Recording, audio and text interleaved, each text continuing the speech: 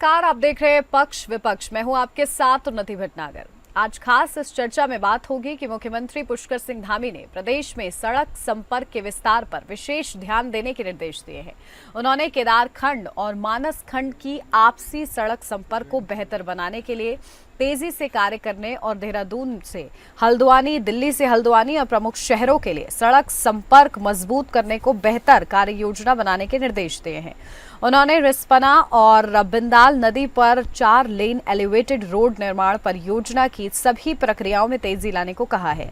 वहीं प्रधानमंत्री ग्राम सड़क योजना यानी कि PMGSY के तृतीय चरण में उत्तराखंड को 2288 किलोमीटर लंबाई की 212 सड़कों के अलावा 9 पुलों की स्वीकृति केंद्र ने दी है। हालांकि महत्वाकांक्षी चारधाम ऑल वेदर रोड परियोजना शुरू हुए 9 साल हो रहे हैं, लेकिन अब भी 6 योजनाएं हैं जिनके पूरा होने का नहीं बल्कि शुरू होने का इंतजार हो रहा है। इसमें 5 NH और 2 BRO की हैं। ऐसे में अब धामी सरकार की सक्रियता से परियोजना के सभी काम 3 साल बाद पूरे होने का अनुमान है। इन कामों के पूरा होने के बाद चारधाम यात्रा के लिए आवागमन और सुगम हो सकेगा। तो वहीं सीएम ने लोक निर्माण विभाग की गेम चेंजर योजनाओं की समीक्षा बैठक में सुरक्षित सड़कों के निर्माण पर भी जोर दिया है। और सच तो यह है कि उत्तराखंड में भले ही सड़कों का जाल बिछाया जा रहा है, लेकिन यहाँ सड़क दुर्घटनाओं का ग्राफ तेजी से बढ़ रहा है। साथ ही बढ़ रहा है ये जो ग्राफ है, इनमें होने वाली मौत का आंकड़ा भी बढ़ता हुआ नजर आ रहा है। तो समय पर इलाज न मिलने से हर वर्ष सड़क दुर्घटनाओं में घायल 30 से 40 पीड़ितों की मौत हो जाती है। ऐसे में केंद्र सरकार ने सभी राज्यों से अपने यहाँ हाईवे पर हर 100 मीटर पर ट्रॉमा सेंटर बनाने के निर्देश दिए थे। उत्तराखंड में ट्रॉमा सेंटर तो बने, लेकिन जिला चिकित्सालयों में इनमें से अधिकांश हाईवे से दूर हैं। और इसे देखते हुए राज्य स्तरीय सड़क सुरक्षा समिति ने स्वास्थ्य विभाग को पत्र लिखकर हाईवे किनारे ट्रॉमा सेंटर विकसित करने पर जोर दिया है। तो कुल मिलाकर सरकार का ये फोकस है कि विकास के काम तेजी से हो सके और विकास के कामों में कोई भी बाधा ना आए। इसको लेकर अब सक्रियता धामी सरकार की देखने को मिल रही है। लेकिन सरकार के लिए इस वक्त बड़ी चुनौती है ऐसी सड़क दुर्घटनाएं जहां पर लोगों को अपनी जान तक गंवानी पड़ती है। और इसी के लिए देखिए लगातार समन्वय बनाया जा रहा है। जहां स्वास्थ्य विभाग से भी समन्वय हो रहा है, क्योंकि कई बार ऐसा होता है कि सड़क दुर्घटनाएं होती हैं और इस दौरान जो मरीज है उन्हें सही समय पर उपचार नहीं मिल पाता है, जिसकी वजह से वो दम तोड़ देते हैं। और इसी के लिए निर्देश जो है जारी किए गए हैं कि हाईवे पर हर 100 मीटर पर अस्पताल ट्रॉमा सेंटर बनाया जाएगा और इसी का पालन देखिए अब होता हुआ नजर आएगा। तो आज इसी पर विशेष चर्चा कि आखिर धामी सरकार ने जो रोड मैप तैयार किया है उसके लिए जो अधिकारी हैं वो कितनी प्रतिबद्धता ग्राउंड जीरो पर दिखाते हुए नजर आ रहे हैं।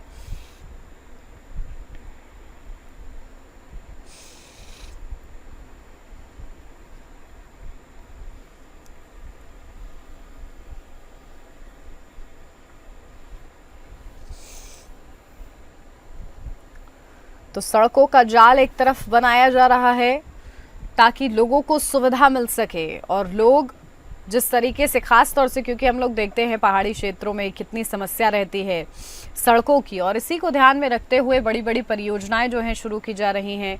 और कई ऐसी परियोजनाएं हैं जिनमें काम अब तक खत्म हो जाना चाहिए था, लेकिन अभी तक शुरू नहीं हुआ है और उसको भी अब दुरुस्त किया जा रहा है धामी सरकार की तरफ से।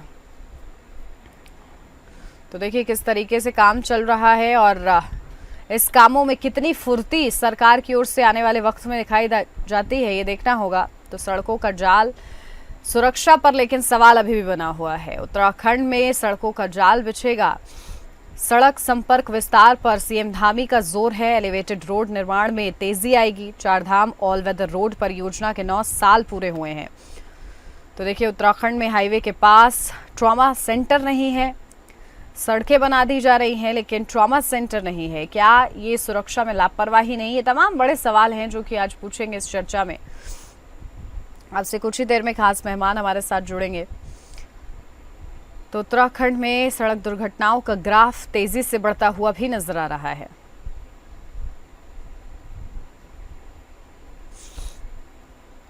तो चलिए चर्चा की शुरुआत कर लेते हैं। खास मेहमान हमारे साथ जुड़ गए हैं, सीधा आपको रूबरू कराती हूँ।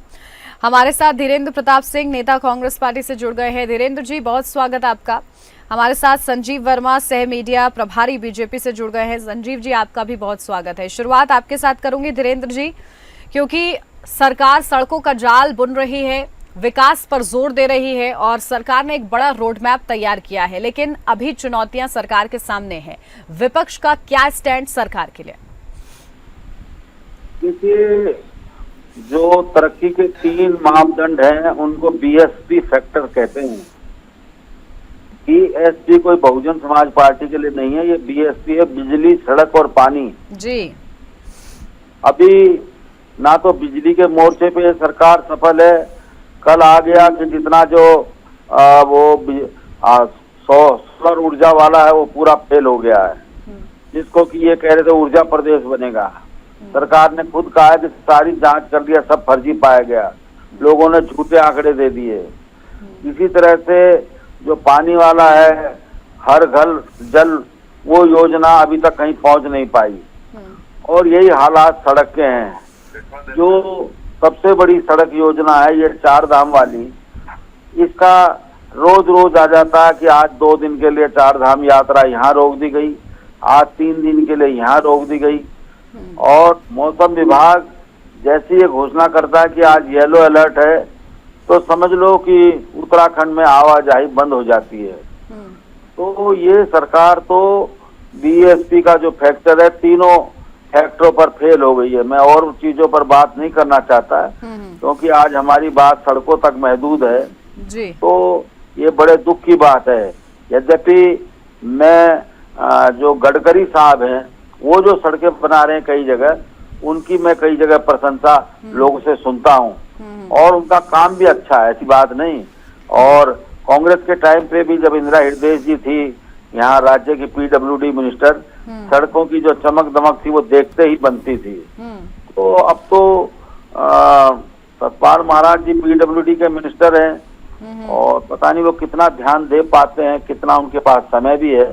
तो ये सारी कठिनाइयां हैं और देश भर से आ रहे यात्री और स्थानीय लोग भी इन जो परेशानियां हैं उनसे बहुत ही परेशान हैं। ठीक है, परेशानियों से दो चार होना पड़ रहा है। संजीव जी, आप लोग सड़कों का जाल तो बुन रहे हैं, लेकिन जो डेडलाइन पहले से तय की गई थी उसमें काफी डिले हुआ है। ये डिले क्यों हुआ है? आगे कितनी तेजी से काम होगा? क्या आपके पास जवाब?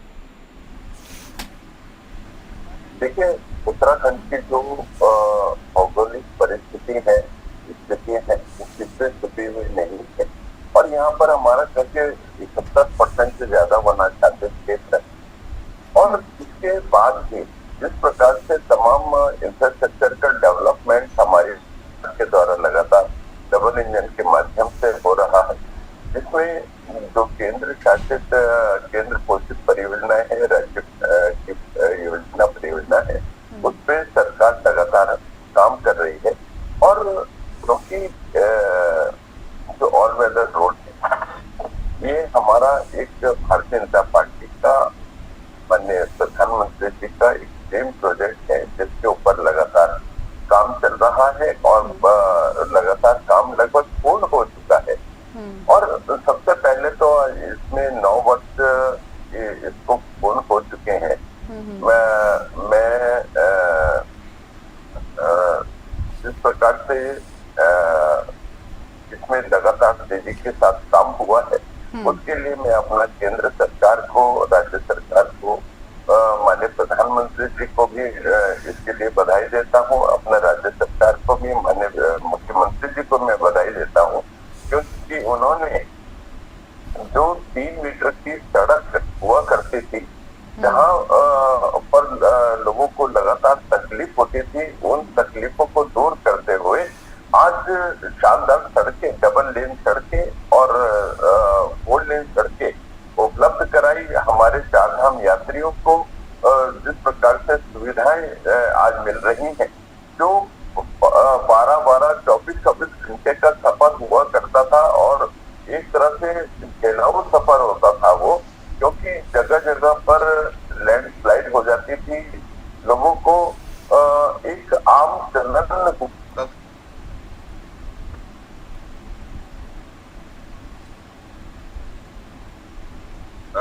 लोग जब से चल तो उनको कहीं पर भी लैंडस्लाइड हो सकती है। तो वो घरों से ही अपना खाने का सामान झोले लेकर चलते थे। और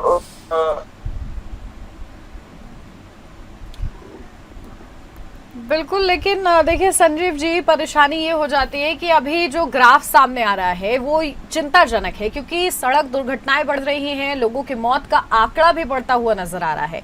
इसके लिए कोई प्लान, क्योंकि स्वास्थ्य विभाग के साथ भी आप लोग संपर्क कर रहे हैं कि हर 100 मीटर पर ट्रॉमा सेंटर बने, लेकिन बावजूद इसके ग्राफ कंट्रोल में नहीं हो रहा है। देखिए आज हमने एक कार्य संस्कृति बदली, कार्य संस्कृति जो बदली है, तो हम केलापट की जो योजनाएं परियोजनाएं कांग्रेस पूर्ववर्ती कांग्रेस सरकार चलाती थी, ये लोग एक शिलापट लगाते थे और भूल जाते थे। उसके बाद उस योजना परियोजना पर एक ईंट भी ये लोग लगाते नहीं।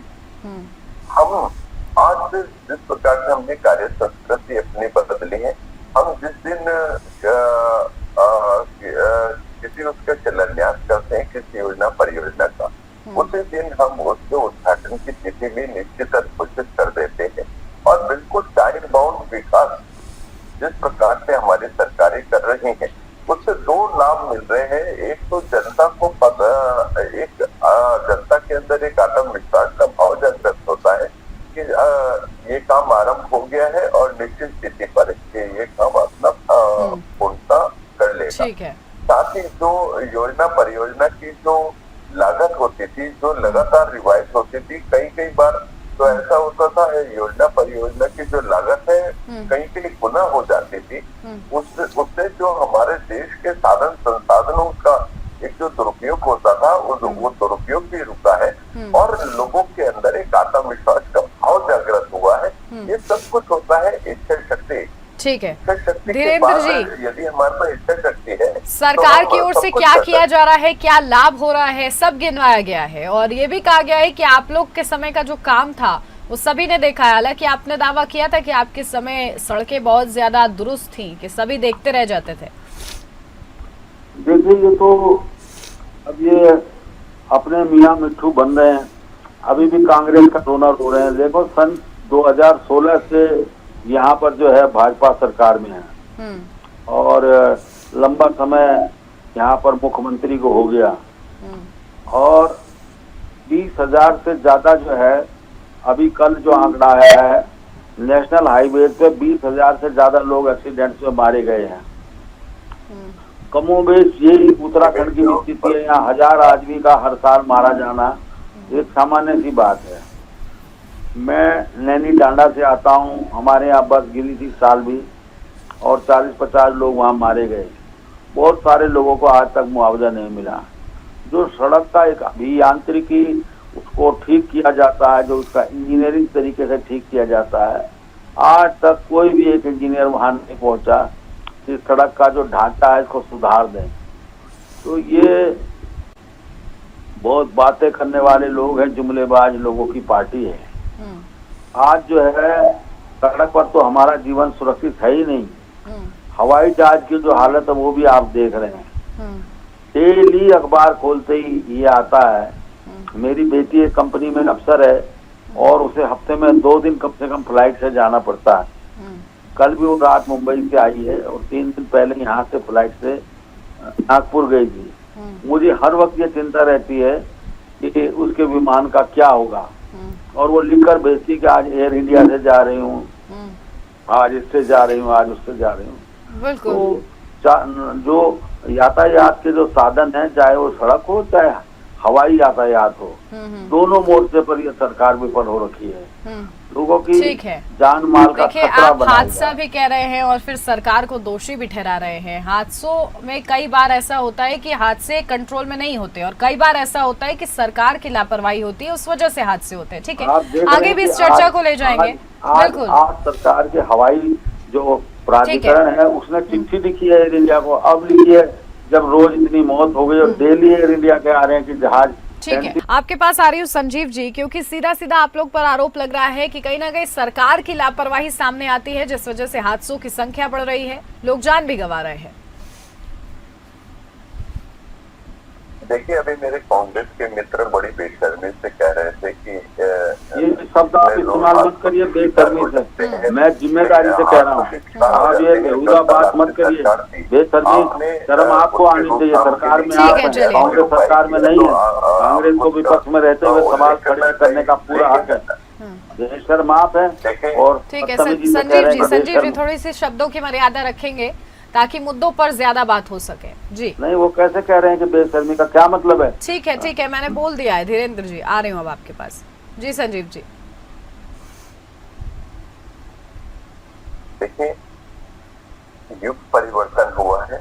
अब घोषणा पत्र से धरातल पर विकास की ओर देश चल चुका है। अब मैंने जैसे पहले भी इस बात का उल्लेख किया, अब हम जिस प्रकार से कांग्रेस की सरकारें किला पट लगाकर भूल जाते थे और उसके ऊपर गेंद भी लोग रखते नहीं थे। अब हम ग्राउंड जीरो पर धरातल पर विकास डिलीवर करते हैं। जनता हम पर लगातार विश्वास कर रही है। यही बड़ा कारण है 3 बार से लगातार भारतीय जनता पार्टी को लोकसभा में उत्तराखंड की 5 की 5 सीटें जनता आशीर्वाद स्वरूप दे रही है और कांग्रेस को लगातार पेपर से काम चलाना पड़ रहा है। 2 बार से लगातार भारतीय जनता पार्टी का विधानसभा में पूर्ण बहुमत के साथ हमारी सरकार बन रही है और कांग्रेस को विपक्ष का ढोल बजाने का जिम्मा जनता के द्वारा दिया गया है। और देखिए, कांग्रेस के पास आज केवल और केवल विकास के लिए न विकास का इनके पास कोई रोड मैप था न है।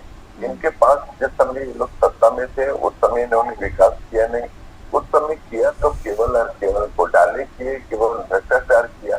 यदि ये उस समय कुछ काम करते तो मैं सोचता हूँ जनता इनके लिए सोच सकती थी, लेकिन जनता ने इनकी कार्य प्रणाली की वजह से इनको लगातार नकारने का काम किया। आप बात कर रही तो देखिए, लैंडस्लाइड जोन पर जिस तरह से लगातार रास्ते बंद हो जाया करते थे, 3-3, 4-4 दिन तक रास्ते बंद होते थे। आज 1 से लेकर 3 घंटे के अंदर पूरा रोड क्लियरेंस कर दिया जाता है। जो लैंडस्लाइड जोन है वहां पर हमारी तमाम जो बड़ी जेसीबी मशीन है और रोड को साफ करने वाली मशीन है लगातार डिप्लॉय करी जाती है। जितना हमारा 4 धाम का यात्री आता है उसको किसी प्रकार की कोई असुविधा ना हो, उसका हम लोग लगातार पूरा ध्यान रखते हैं। आज ऋषिकेश से हमारे 4 धाम के जो श्रद्धालु हैं ऋषिकेश से पराठा भरते हैं और सीधा जाकर उत्तरकाशी और रुद्रप्रयाग में ही गाड़ी को अपना ब्रेक लगाते हैं। मेरा कहने का भाव है कि इतनी शानदार सड़कें बन गई हैं कि आदमी को कहीं पर भी रुकने की आवश्यकता ही नहीं पड़ती। तो कुछ पहाड़ इस प्रकार के थे, क्योंकि हमारे यहाँ कच्चे पहाड़ है, तो कच्चे पहाड़ में जिस समय बरसात होती है तो सिल्ट ऊपर से कई बार आ जाता है। तो जिन जगहों पर ज्यादा सिल्ट आने की संभावनाएं रहती थी तो उनमें 70 से 80% ऐसे पहाड़ों का पूरी तरह से ट्रीटमेंट कर दिया गया है। उनके ऊपर पूरा सीमेंटेड कंक्रीट बिछाकर और साथ में जाल के माध्यम से उसको पूरी तरह कवर कर दिया गया है। तो उसकी वजह से अब जो लैंडस्लाइडिंग की बड़ी समस्या थी उसमें 70 से 80% तक की रोक लगी है। और लगातार जिस प्रकार से आप देखें, जो योजनाएं परियोजनाएं इनके समय पर लगातार रुकी रहती थी, उसमें 2-3 परियोजनाओं का मैं आप जरूर उल्लेख करना चाहता हूँ। जैसे डोबरा चांदी पुल, जो पिछले 14 सालों से अटकाए लटकाए और भटकाए रखा गया, वो हमारी सरकार के समय पर उसको बनाया गया, उसको पूर्ण किया गया, जिससे लगभग 40 किलोमीटर का जो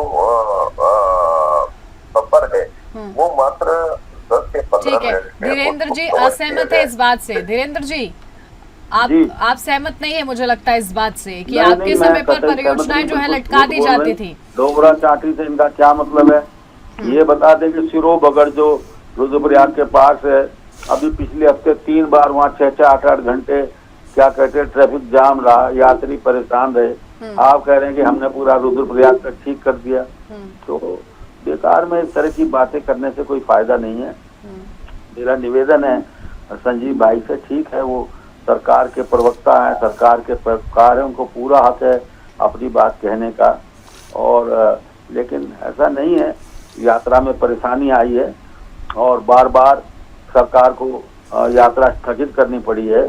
और ये ठीक है कि मौसम का भी एक योगदान उसके अंदर है, मैं इसको इस जिम्मेदारी से नहीं हटता कि इसमें प्राकृतिक आपदाएं भी कई कठिनाइयां पैदा करती हैं, लेकिन सरकारी स्तर पर जो कठिनाइयां हैं वो क्योंकि मैं सड़क से अलग जाना नहीं चाहता, नहीं तो आप देख लीजिए कौन सा ऐसा मसला है जिसके अंदर की हाई कोर्ट को डायरेक्शन ना देनी पड़ रही हो।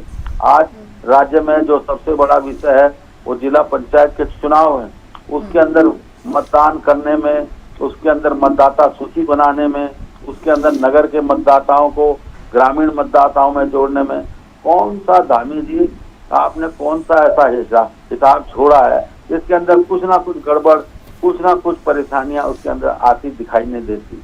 तो डबल इंजन बना लो चाहे ट्रिपल इंजन बना लो, अब ये जिला पंचायत चुनाव के नतीजे आ जाएंगे और दूध का दूध पानी हो जाएगा। 31 तारीख को जब रिजल्ट आएंगे तो पता लग जाएगा कि राज्य की जनता क्या चाहती है। ठीक है, जनता क्या चाहती है ये पता चल जाएगा। लेकिन संजीव जी, क्योंकि मामले अभी रुके नहीं है, क्योंकि हम लोग भी खबरें दिखाते हैं किस तरीके से लोग जाम की समस्या से दो चार हो रहे हैं। आप लोग दावे कर रहे हैं वो ठीक है, काम हो रहा है, वो भी मान लिया जाता है, लेकिन काम में फुर्ती भी लाने की जरूरत है, क्योंकि अब सरकार आपकी है इतने समय से, तो अब तक तो वो काम जो है एकदम पटरी पर आ जाना चाहिए था।